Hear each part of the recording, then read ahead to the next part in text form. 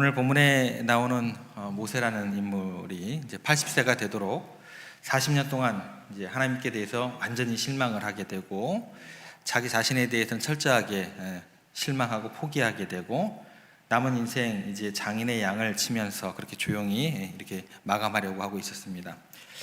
하나님께서 그런 모세를 찾아오셨다고 했습니다. 더 정확히 이야기하면 하나님께서 모세가 가는 그 길목에서 기다리고 계셨다라는 것입니다. 그리고 모세를 이스라엘의 영웅으로, 또 종교사의 거대한 거목으로, 또 법률사, 정치사의 길이 남을 그런 위대한 사람으로 만드셨다라는 것입니다. 하나님께서 어떻게 낙심한 모세를 설득하시고 그렇게 위대한 사람으로 만들어가는지 그 방법을 우리가 지금 보고 있습니다. 그리고 동일하게 낙심하는 우리 인생 가운데 찾아오시는 그 하나님에 대한 그 방법에 대한 우리가 기대가 있어야겠죠. 그 기대를 가지면서 그 꿈을, 그 방법을 보면서 방법을 알아가면서 그 방법대로 우리 가운데 이루어가는 그런 결단이 있는 우리가 되었으면 좋겠습니다. 우리가 지난 시간에는 1절 말씀 한 절 가지고 살펴봤습니다. 1절 말씀 한 절 가지고 상처의 실체라는 작은 제목으로 모세가 경험한 세 가지 그 상처에 대해서 살펴봤습니다. 그 1절에 다 있었죠. 첫 번째가 뭐였죠? 사람에 대한 실망이었습니다. 사람에 대한 실망. 모세가 이스라엘 백성들을 위해서 자기 스스로 자기가 가진 능력껏 최선을 다해서 그들을 구원하고자, 섬기고자 그렇게 했었죠. 근데 이제 그런 것들이 다 수포로 돌아가게 되고 그들이 믿지 않을 것이다 라는 이루어지지 않을 일에 대해서 미리 이제 예단하고 우려를 표명하면서 하나님의 사명을 거절하게 됩니다. 충분히 과거에 경험했던 자기가 목숨을 걸고 구해주려고 했던 그들로부터 은혜에 대한 감사의 이야기를 들은 것이 아니고 보답을 받는 게 아니고 살인자로 몰리게 되고 그들로부터 주어진 그런 거절과 상처, 사람들에 대한 실망 자체가 모세를 그렇게 어려운 지경에 이끌게 되었다라는 것입니다. 두 번째 살펴본 것은 누구에 대한 절망이죠? 자기 자신에 대한 절망입니다. 사람들에게 있어서 실망을 겪고 하다 보면은요, 그 실망이 지속되면 그게 거기서 그치지 않더라는 거예요. 더 깊은 내 내면을 타격하게 됩니다. 자기 자신에 대한 자신감마저 잃어버리게 만들다라는 거예요. 그래서 사람들에 대해서 염증을 느끼게 되면 자신을 향한 기대도 꿈도 다 어느 순간 사라져버리게 돼요. 내가 이를 악물고 그걸 지키려고 해도 이게 만만치가 않아요. 그렇게 다 사라져버리게 된 모세의 현실이었다라는 것입니다. 마지막으로 가장 큰 문제가 뭐예요? 하나님에 대한 절망감이다라는 것입니다. 모세가 결정적으로 아파하는 이유는 이것까지 다 무너졌다고 생각을 했기 때문에 그래요. 하나님에 대한 분노와 원망 때문이었다라는 것입니다. 모세 입장에서는 하나님께서 너무 늦게 나타나신 거예요. 왜 진작 나타나시지 않고 왜 이제서야 나타나가지고 나를 이렇게 귀찮게 하느냐라는 것입니다. 내가 힘이 있을 때 더욱더 그 힘에 더해서 하나님의 능력이 더해지면 더 큰 역사가 이루어지지 않겠냐. 권력이 있을 때, 내가 돈을 가진 것이 있을 때 하나님의 나라와 영광을 위해서 내가 그렇게 일하려고 열심을 냈는데 그때 일하려고 했을 때 나타나셔야지. 왜 그때는 침묵하시고 그때는 숨어 계시고 비겁하게 말이야. 지금 80이 되어가지고 모든 것을 잃어버리고 절망 가운데 있는데 희망을 포기하고 있는데 왜 나를 또 귀찮게 하십니까? 이제 나타나서 어쩌겠다는 겁니까? 모세는 그런 하나님이 싫었던 거예요. 저 같아도 싫습니다, 그런 하나님. 근데 이 관계 가운데서 어떻게 이게 상처가 해소가 되냐는 거예요. 우리 가운데도 모세 같은 상처가 많다라는 것입니다. 그런데 우리가 상처 속에서 그래도 하나님을 기다리고 사모하게 되면 하나님은 우리가 어떤 상처를 가지고 있든지 우리가 그분을 기억하고 있다고 한다면 우리를 붙드시고 위대한 일을 이루도록 도와주실 분이다 라는 것을 누구를 통해서 보여주시는 거예요? 모세를 통해서 보여주시는 거예요. 모세가 있지 않느냐? 내가 먼저 그를 불렀고 그런 지경에 떨어져 있었는데 모세를 통해서 내가 증명해 보이지 않았느냐? 너희들도 마찬가지다 라는 것입니다. 그래서 오늘 우리가 이제 살펴볼 거는 뭐냐면 두 번째, 하나님께서 사람을 위대하게 만드실 때 행하시는 일이 뭐냐? 그 상처를 승화시키는 거예요. 조금 전에 살펴본 그 상처들, 첫 번째 사람들에 대한 것, 두 번째 자신에 대한 것, 또 마지막으로 하나님에 대한 그 모든 절망과 그 모든 상처들을 하나님께서는 하나님의 때에 기다리고 계시다가 그 그릇을 하나님의 위대한 그릇으로 바꾸시는 그 일을 하신다라는 거예요. 그 순간 그의 실망, 절망, 좌절, 눈물 자체가 뭐냐면 하나님의 위대한 무기가 된다라는 것입니다. 그 하나님의 방법이 지팡이에 초점이 맞춰지게 됩니다. 그래서 오늘 우리가 지금 살펴볼 내용은 2절 말씀입니다. 2절 말씀을 가지고 우리가 한번 보겠습니다. 2절 같이 한번 읽겠습니다. 여호와께서 그에게 이르시되 내 손에 있는 것이 무엇이냐? 그가 이르되 지팡이입니다. 지팡이에 집중하셔야 돼요. 이 단어 하나면 오늘 오후 예배는 설교는 충분합니다. 내 손에 있는 것이 무엇이냐? 라는 이 말을 모세가 들었을 때 모세의 기분이 어땠을까요? 어땠을까요? 굉장히 기분이 나빴을 거예요. 나쁠 수밖에 없죠. 모세의 가슴을 아주 헤집는 그런 단어였다라는 거예요. 네 손에 든 것이 무엇이냐? 모세에게 있어서 지팡이라는 것은 잊어버리고 싶었던, 자신의 과거를 지우고 싶었던 그런 단어였는데 그것을 다시 떠오르게 하는 말이 됩니다. 현실의 이 절망과 그의 실패를 그대로 드러내는 단어가 됩니다. 네 손에 든 것이 무엇이냐? 지팡이니이다. 네 손에 든 것이 뭐냐? 여러분, 하나님께서 지금 여러분에게 네 손에 든 것이 무엇이냐라고 물으시면 여러분은 뭐라고 대답하실래요? 도대체 무엇을 쥐고 있느냐? 네 것이라고 할 수 있는 게 뭐냐? 너의 과거의 아픔과 상처, 실패밖에 없지 않느냐? 네 손에 있는 것이 무엇이냐? 이 질문에 모세는요, 지팡이니다 라고 말할 수밖에 없었습니다. 차마 이 얘기는 하고 싶지 않았겠죠. 그럼 그 질문에 대해서 모세가 어떻게 얘기할까요? 자신 있게 지팡이입니다 이렇게 얘기할 것 같으세요? 죽어가는 소리로 지팡이입니다 뭐 이렇게 얘기했죠. 왜냐하면 그 지팡이는 어떤 지팡이예요? 양치는 목자의 지팡이였습니다. 양치는 직업은요, 이집트 사람들에게 있어서 가장 가증히 여기는 천한 직업이 가지고 다니는 지팡이입니다. 이집트는 무슨 문화예요? 무슨 문화죠? 농경 문화입니다. 거기서 농경 말고는 유목민들은요, 사람으로 취급을 안 해요. 양치는 직업은 이집트 사람들에게서 가장 가증히 여기는 천한 직업이었습니다. 그 지팡이 이야기하고 싶겠냐고요. 그리고 그 지팡이는 양치는 지팡이에 합당하게 양의 오물과 털이 범벅이 되는 냄새나는 지팡이였습니다. 어쩌면 바짝 마른 그런 어떤 자기 나이처럼 그런 바짝 마른 지팡이였다라는 거예요. 자기를 너무나 잘 대변하는 것 같이 느껴져요. 희망이라도 조금도 없는 그런 바짝 말라버린 자기의 모습을 보는 것 같아요. 그리고 그것은 자기의 양을 치는 것도 아니에요. 자기 양을 치면 좀 낫죠. 누구의 양이에요? 장인의 양을 80세가 되어서 칠 정도로 가진 것이 없는 인생을 너무나 대변하고 있는 지팡이다라는 것입니다. 한마디로 뭐예요? 실패의 상징이었다라는 것입니다. 그런데 하나님께서 참 모세에게 짓궂게도 그것을 직시하게 하셨다라는 거예요. 도대체 네가 들고 있는 것이 무엇이냐? 네가 얼마나 실패한 인간인지 제대로 보라는 거예요. 제대로 보라는 거예요. 결국 모세는 자기 입으로 뭐라고 얘기를 해요?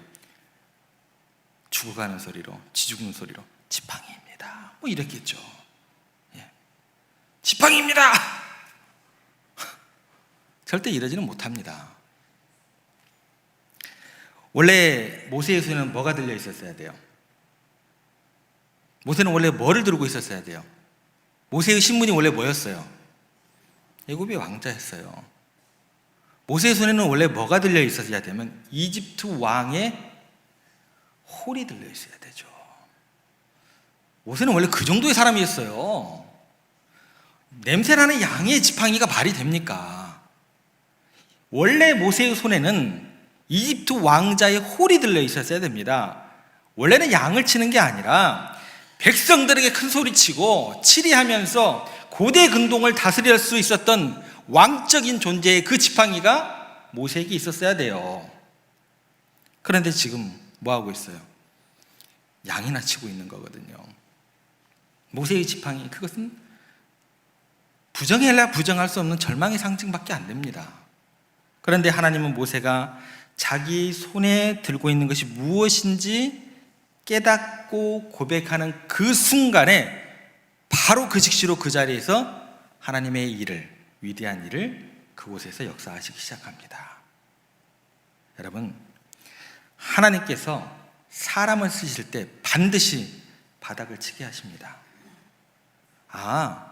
나라는 인간은 아무것도 아니구나.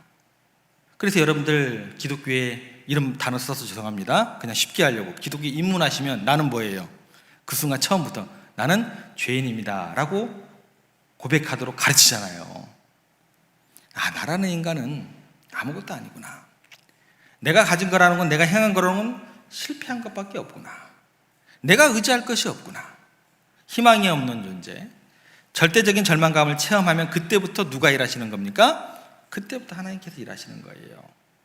이제는 내 능력이 아니라, 내 지혜가 아니라, 세상의 지식이 아니라 내 하나님의 은혜와 능력이 없으면 내가 살 수 없습니다 라는 것을 깨닫는 순간 그 사람은 하나님의 은혜의 장중에 붙들리게 되고 하나님의 역사는 시작되는 것입니다. 아직도 내가 할 수 있는 것이 있고 내 지혜가 있고 내 힘으로 무언가를 할 수 있다고 생각하기 때문에 하나님께서 우리를 쓰실 수가 없는 거예요. 우리 교회를 쓰실 수가 없는 거예요. 이 땅의 교회들을 쓸 수가 없는 것입니다. 그 지경이 되면 절대 못 쓰십니다. 그건요, 하나님의 영광이 될 수가 없기 때문에 그래요. 하나님의 영광이 되지 않냐고 나의 교만만 드러내는 것이기 때문에 하나님 절대 안 쓰십니다. 그런 교회 안 쓰세요. 우리 교회는 그런 교회가 되면 안 됩니다. 그런 목사가 되면 안 되는 거예요. 모세가 지팡이입니다 고백하는 순간 이제는 모세의 모든 생애를 통해서 하나님의 영광만 나타내게 되더라는 거예요. 광야에서 양이나 치는 실패하는 삶이 위대한 생애로 그 순간 바뀌게 되는 겁니다. 그 순간 광야에서 그 40년은 그냥 허송세월한 게 아니에요. 뭐를 고백한 시간이 되는 거예요? 지팡이입니다. 그 말하는데 몇 년이 걸린 거예요? 40년 걸린 거예요. 그 고백 쉽지 않다라는 것입니다. 그냥 허송세월이 아닌 것이 돼요. 그 고백하는 그 순간 백성을 인도하기 위한 모든 경험에 대한, 자기 겸비함에 대한 하나님의 능력만을 신뢰하기 위한 그 40년이 되는 거예요. 실패의 그 자리가 가장 위대한 하나님의 훈련 장소가 되었다라는 것입니다. 상처가 하나님의 능력으로 바뀌게 되는 순간이 되었습니다. 롱펠로가 휴지를 집어서 그 종이 쪽지에다가 떠오르는 시상을 그대로 옮겨 적으면 그 종이 쪽지 하나가 6,000달러의 가치가 되었다고 합니다. 여러분, 내가 휴지 조각 종이일지라도 내 안에 하나님의 말씀이 새겨진다면, 하나님의 뜻이 담겨진다면 그때부터 놀라운 가치가 발현되는 거예요. 피카소가 길을 가다가 쓰레기통에서 버려진 자전거 하나를 발견했습니다. 안장과 손잡이를 떼어내고 그의 창의성인 예술성을 가지고 위대한 작품을 만드는 게 황소머리라고 합니다. 이 작품을 값으로 환산하기 어려울 정도의 가치가 있다고 합니다. 피카소의 예술성과 독창성이 가장 잘 드러나는 것으로 평가된다고 합니다. 그러나 이 작품의 재료는 뭐예요? 쓰레기장에서 주운 낡은 자전거입니다. 하찮은 쓰레기도, 버려진 자전거도 누구의 손에 따라 붙들리냐에 따라서 전혀 다른 모습으로 변하게 됩니다. 사람도 마찬가지예요. 누구에 의해서 다듬어지느냐에 따라서 가치가 달라집니다. 여러분, 피카소가 그렇게 버려진 쓰레기를 최고의 가치로 만들 수 있다고 한다면 피카소를 창조하신 하나님이 여러분들의 인생을 붙든다고 한다면 어떤 일이 일어날까요? 그 창조주 하나님이 모세의 인생을 붙들었을 때 80세의 노인, 마른 막대기 같은 인생이 나는 쓰레기 같고 버려진 존재라고 하나님에게, 사람들에게, 내 자신에게 버림받았다고 하지만 이렇게 위대하게 쓰임받을 줄 누가 알았겠습니까? 그렇게 하나님께서는 일을 하신다라는 거예요. 여러분의 손에 든 것이 무엇입니까? 아무리 어려워도, 아무리 빈손이어도, 아무리 더러워도, 여러분이 심피한 인생이라고 해도 진실로 하나님의 은혜를 간구한다고 한다면 그 자리에서 위대한 역사가 일어날 줄로 믿습니다. 시인 오드는 이렇게 이야기를 합니다. 우리가 상처받은 곳에서 하나님은 우리에게 말씀하신다라고 이야기를 했습니다. 우리의 상처 속에서 하나님의 계시가 있다라는 거예요. 거기에 하나님의 뜻이 있고 섭리가 있다는 말입니다. 그렇기 때문에 그 상처를 딛고 일어서라는 거예요. A.W. 토저는 이렇게 얘기했습니다. 하나님의 자녀들에게 우연이란 있을 수 없다. 하나님의 자녀들은 다만 이미 약속된 길을 걸을 뿐이다. 그게 뭐예요? 최후 승리의 약속의 길입니다. 돌발적인 사고가 일어나거나 불행이 그 길을 가로막을 수 있다. 하지만 불행이란 것도 사실은 겉보기에 불행으로 보일 뿐 실상은 불행이 아니다. 다만 우리가 하나님의 감추어진 섭리의 비밀스러운 참뜻을 읽어내지 못하기 때문에 그것을 불행이라고 여기는 것이다. 여러분, 우리의 일상에서 일어나는 모든 일, 아니 절망적인 그런 사건마저도 하나님의 섭리가 있는 줄 믿으시기 바랍니다. 더군다나 여러분들의 아픔과 절망은 우리들로 하여금 온전한 하나님의 사람이 되도록 그 상처가 하나님의 영광의 자리로 이끌림을 받을 수 있는 그런 도구가 됨을 믿으시고 그 안에서 인내하시고 연단됨을 통해서 우리를 하나님의 소망의 길로 인도하시는 그 하나님의 인도하심을 경험하면서 그렇게 날마다 주님을 찬양하시는 여러분들과 태중의 모든 가족들 되시기를 주님의 이름으로 부탁드립니다.